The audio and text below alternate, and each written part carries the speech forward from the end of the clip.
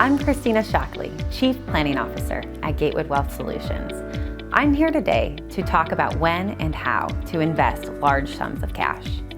Let's say you have a major liquidity event, sell your company, exercise stock options, are paid a sizable bonus, or receive an inheritance. Your first question is likely going to be, when and how should I invest this cash? You first want to make sure that you keep enough cash on hand as a safety net while putting the rest back into the market so it can work for you over time. But how do you know what that amount is or when you should invest? We'll take the guesswork out for you and use our proprietary GWS analysis tool to get to your cash target number. This is the amount of money you would need to weather a market correction.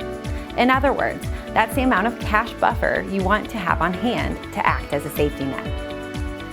Anything outside of that amount, we recommend you invest so that you can put your money to work for you in the market. I'll turn it over to CIO Aaron Tuttle to explain why. Hey, Aaron here. As Christina said, your cash target amount is what better positions you for market corrections. Before we discuss what to do with the rest, let's pause to discuss rational versus emotional investing. The idea of rational investing assumes we're all homo economicus. In other words, 100% logical with no emotion. Think Spock in Star Trek. He would likely invest strictly based on reason. On the other hand, emotional investing involves incorporating more human feelings and gut instinct into your investment decisions, and neither is inherently right or wrong. Now, while we generally recommend the rational route, investing all your excess cash outside of your cash target, that's not your only option. This is typically the best choice in our research because in the long run, markets have historically trended upward more often than not. Through our experience, most of the time, investing cash as soon as you have it has led to higher asset values than it would have been if you waited for a dip in the market. But some of the time, the emotional decision, that's investing that money over time, ends with better outcomes. Think of it like taking a shortcut through side streets to avoid a busy highway.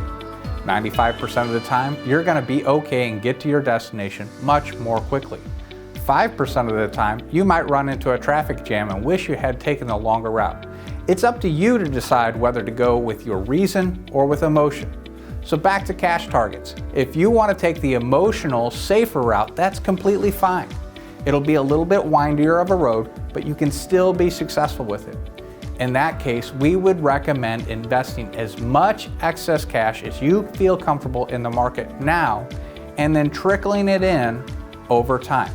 If you had a $10 million liquidity event, you might invest $5 million of that now, and then $500,000 a month afterwards for the next 10 months. Either approach will ultimately help you on your journey to financial independence. One of the most valuable things we do at GWS is to integrate our financial planning and investment management services deeply. This is an excellent example of how our planning and investment management teams collaborate every day to help you pursue financial independence. To learn more, contact us through gatewoodwealth.com or call 314-924-5100.